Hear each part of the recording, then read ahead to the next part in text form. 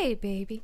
I can see you're getting sleepy, so I just wanted to read you a nice and wholesome bedtime story. But first, snuggle up and get comfy. Just relax your eyes. You're surrounded by me as far as the eye can see. And let me read you a story about my favorite ship written by my favorite author. The Continuing Adventures of the Titanic by Dr. Willia the Orca Giantess, Ph.D. Oh, baby, no, I promise you, it is wholesome. What you're picturing is not the same Titanic that this story is about. You're imagining some twisted metal corpse at the bottom of the sea. No, that is not this Titanic.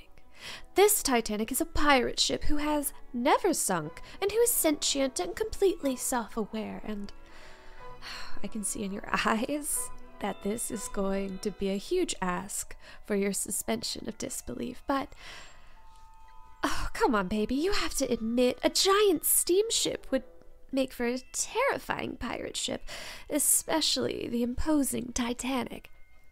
I mean, maybe I find such things relatable, given my own size. We all kind of latch on to stories that remind us of us, right? Either way, trust me, I promise this isn't going to be some tragedy. And look, I'll go ahead and spoil the ending. The ship does not sink to the bottom of the sea. There. Okay, I've piqued your curiosity, I hope? Hopefully not so much that you don't sleep. That is the point of a bedtime story, after all. Well, either way, let's go ahead and dive in. The Continuing Adventures of the Titanic by Dr. Willia the Orca Giantess, Ph.D. On a cold April night, the Royal Mail ship Titanic was on her maiden voyage from the United Kingdom to the United States. There was a growing paranoia among all of the passengers that the ship would, in the near future, strike an iceberg, and the majority of them would freeze or drown or get smashed to bits, or would be dragged to the bottom of the cold and dark sea alongside the shattered ship. Baby, I promised it was gonna be wholesome. Just hold on, the story gets good, okay? Don't worry, you have me here. Okay. The breaking point was the mass realization that there were not enough lifeboats for everybody. On the 12th of April, there was a mass abandonment of the ship with ironic but clever uses of teamwork and carpentry which kept all of the fleeing passengers from the watery grave they were avoiding. The Titanic would drift onward into the night, leaving 99% of her human and animal cargo behind, to be scooped up safely by the earlier-than-scheduled SS California. This left Captain Smith, the 8 musicians, and 2 mysterious passengers whose vivid descriptions of oncoming tragedy sparked the mass exodus. But these people do not matter. What matters is that the Titanic heard all of the rumors through the vines of the Café Parisien, or echoing up the grand staircase, or ringing off of her bell. Titanic, the great tragedy. Titanic, a name that can only be equated with certain doom. Titanic, killer. Couldn't even manage a simple skip across the Atlantic. And the first word out of anybody's lips when the ship, any ship, or a plane, or a train, starts to take on water or go off course. Titanic. This war on her. Oh, baby, I know. Look, every good story has a down part. It kind of dips down and then it pops back up again. Here, I'll stop. Oh, it's okay. Sometimes things like this, they're cathartic. You do know I'm quite large and clumsy and prone to accidents. Oh, you want me to keep going? Alright then. Titanic would come to know herself to be sinkable. She knew a sideways scrape of her hull would cause the exact freak accident that scared her passengers off of her. Her funnels were top-heavy and would fall on people if water or even wind pushed it hard enough. She knew also that had her cargo, her people, had less time to throw together lifeboats from furniture, say only 3 hours tops to do anything, too few would have escaped. Titanic's hull may have been brittle iron, but nonetheless the soul of the ship was something dedicated, something that sought to bring comfort and protection in word of loved ones far away. It could be said that Titanic was almost true good. But now the people inside of her, under her protection, her precious cargo, only numbered 11. And the Titanic would do anything for those 11, because those 11 already proved they'd do anything for her. These 11 could not manage the daily operations of a massive ship such as her, so Titanic stepped up where she could. It was Titanic who changed course south while Captain Smith wasn't looking. It was Titanic keeping the lights on where it was necessary and turning them off when she could, to conserve energy.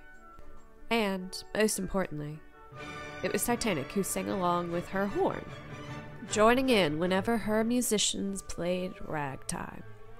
Yet, recall, they were only 11 in number, and Titanic needed coal. Lots of it. With only 22 hands to feed her and mind her boilers, she wasn't burning through her original supply as fast, but it did eventually run low enough for desperation to take over her crew. The ship, motivated strongly by the comfort of her cargo, went out hunting. Yes, the ship without her captain's say began stalking and hunting smaller steamships. Titanic would creep up closely beside the smaller vessels in the night, all of her lights off. Titanic's close passes would cause the other ship to rock violently in her wake, until it began to list and roll. Finally, the massive steamship would loosen her own cargo cranes and latch onto the smaller prey ship, and baby, why are you looking at me like that? Aren't you enjoying the story? What? Did you expect there to be some kind of intimate story where the Titanic tells you she's not a failure and she rocks you back and forth or something? Well, I'm sorry to disappoint you, but that's really not in character for Titanic. She is a working ship, after all. She shows her affection, rather than tells it. And she showed her dedication to her cargo by poaching smaller ships. Thus, she's almost true good, but not in the eyes of the marooned mariners whose ships she'd sucked dry of resources. At first, her crew lost their minds trying to figure out who or what was changing course, turning off the lights, or tooting the ship's horn in time with any music that was being played, or, most importantly, who was the one catching all of the ships. The crew didn't understand the Titanic's sentience until she was boarded by the United States Coast Guard, and her cargo was accused of piracy, and they were dragged off of her deck, leaving her completely empty. And the Titanic hated to be empty. She was tugged off to some shipyard in Virginia, where she heard that she would eventually be returned to the White Star Line fleet, her original owners. Titanic's mind went back to her cargo. She imagined them cold and hungry, sleeping on hard beds, ripped from the sound of music, still dreaming of her gently rocking them to sleep. It drove the ship mad. Titanic was tied up, that she waited patiently for the shipyard workers to refuel her, and she waited for them to let their guard down. She was slipped back into the sea at a massive event, seeing as she was famous for being pirated on her maiden voyage. The world was watching. Today, the RMS Titanic will return from her long-delayed voyage from America, tainted by the legacy of piracy, but goodness prevails. The 11 dastardly villains who stole her and robbed the Atlantic blind will be transferred to Fort Bragg to be kept under lock and key until the International Tribunal needs to decide their fates. Better luck next time, bucko. Titanic slid into the water. She was attached with tugboats, and pull and tug all they could. They were dead in the water. Their engines were running, water around them was moving, but they weren't. Perhaps Titanic was stuck on something. Or Since she is the largest ship in the world, she was too heavy for the tugboats, so they added 2 more. Still, nothing. While the world scratched their heads, distracted for a moment, Titanic suddenly sped forward, dragging the tugboats alongside with a deafening pop as the tow lines of the tugboats bent and snapped in the opposite direction. Baby, don't laugh at me. This part is exciting. Okay. Where was I? The tugs were damn professional ships and did all they could to slow down Titanic, but the ocean liner began to buck like an irritated bull, popping up above the waterline and then smashing down again, sometimes twisting a degree or 2 in air, eventually shaking the tugboats off and zooming full speed to Fort Bragg. Little did Titanic realize that her crew, her precious, precious cargo, the things that kept her full of pride and purpose and full in general, well, they were crafty creatures. Little did Titanic realize just how dedicated they were to her. As dedicated as she was to them. She didn't consider for a moment that perhaps her crew had broke out of prison. They had commandeered the tugboats in order to return to their life at sea, which they had grown very fond of. And, luckily for Titanic's 11 crew, tugboats are badass and are quickly steadied again. Captain Smith led the charge, and they all chased down their mothership as she marched off in the wrong direction to save them. Tugs are slow but powerful and... oh, hold on. Dr. Willia goes on for a minute about how cool tugboats are, and... oh my gosh, hold on, let's just skip ahead. Even in your sleep, I don't think you want to read about tow lines and bollard pull. Let's see. The tugs did catch up with the Titanic, but only when it seemed too late. There, in the late afternoon sun, was their pirate ship smashing into a warship, which scraped the hell out of her port side, toppling her fake 4th funnel. The warship, unaware that it was smashed by the Titanic, or that she was attacking them in a blind fury, presumed that the accident was a collision with a civilian vessel. But, on closer inspection, there was nobody on this mystery ship. She flew no flags. She answered no messages.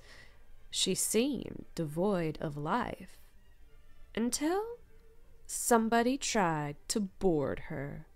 Just as the sailor set one foot on Titanic's deck, she began bucking and rocking angrily, slashing water everywhere, screaming her horn out into the sky while she filled it with violent plumes of steam. The warship, the SS Kakalaki, decided to not hedge their bets and broke free of Titanic's shoving and, noting the nasty hole in Titanic's port side and her growing list, decided to leave the situation to God, because clearly that thing was possessed by the devil. Oh, baby, are you scared? Should I stop the story? Oh, you want me to finish it? You should be sleeping, but... Okay, let's go back in. Titanic began to sink. She felt her insides grow heavy. So this is it, she thought. This was supposed to be my fate, no matter how much I tried to avoid it. But at least it's warm here. There's nobody inside of me. And I was supposed to be tugged to England, meaning I am no tragedy. I bring nobody down with me but me. And I'm gonna rest in the Valhalla of pirates, and not a scrap of my cargo lost. But that wasn't her fate. I told you at the beginning of this story that Titanic didn't sink to the bottom of the sea. Titanic felt as if the hand of God himself had grasped hers as she was falling down, and had pulled her up towards the setting sun. As I said, and hope you didn't skip... Oh, damn it. Tugboats are fucking awesome. Additionally, Titanic still had her tow lines attached, and they were snaked out across the water, meaning they're easily retrieved. The sea, fortunately, was calm.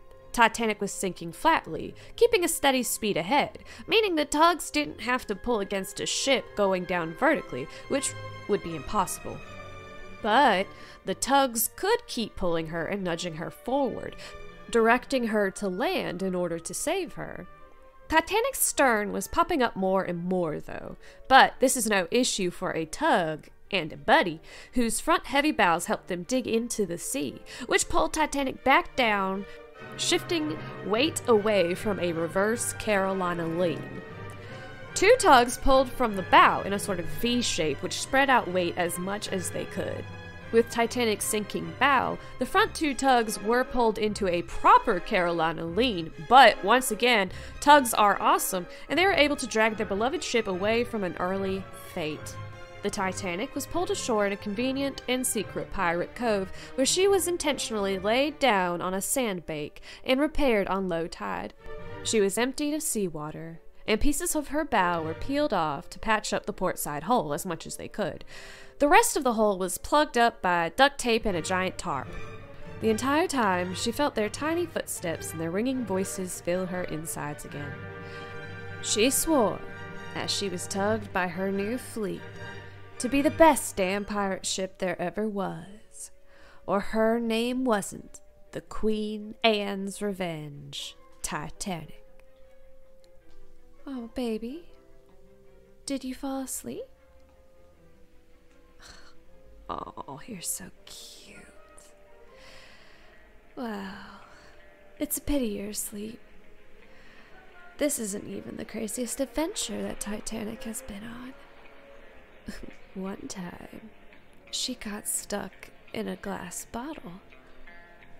And I know how she got out. Hey, y'all, it's Marsha O'Hare with Nightmare Public Broadcasting, here to say that mechs are just giants who Vore fighter pilots. You heard it here first, y'all. The people we want to be our big, strong mechs are Zemo, Rocco, the Logosimancer, Eyefekla, Yogathul, Pingli, Jerry was Script, Man of Many Bees, Jarrett Sir, Organic Emerald, Sam Myers, Jackson Daniel 42, Penster Mogus, and Gethin Jones. Trivia time! Did you know that Belladonna ASMR posts over on patreon.com/BelladonnaASMR more often than she does over on YouTube? Well, now you do! Join today, join tomorrow, join whenever, and you will always get a full month of comics, audio essays, and other exclusives. All while keeping this channel afloat. Now, y'all stay safe out there for me. Bye! How many days until we move, Pippin? 9?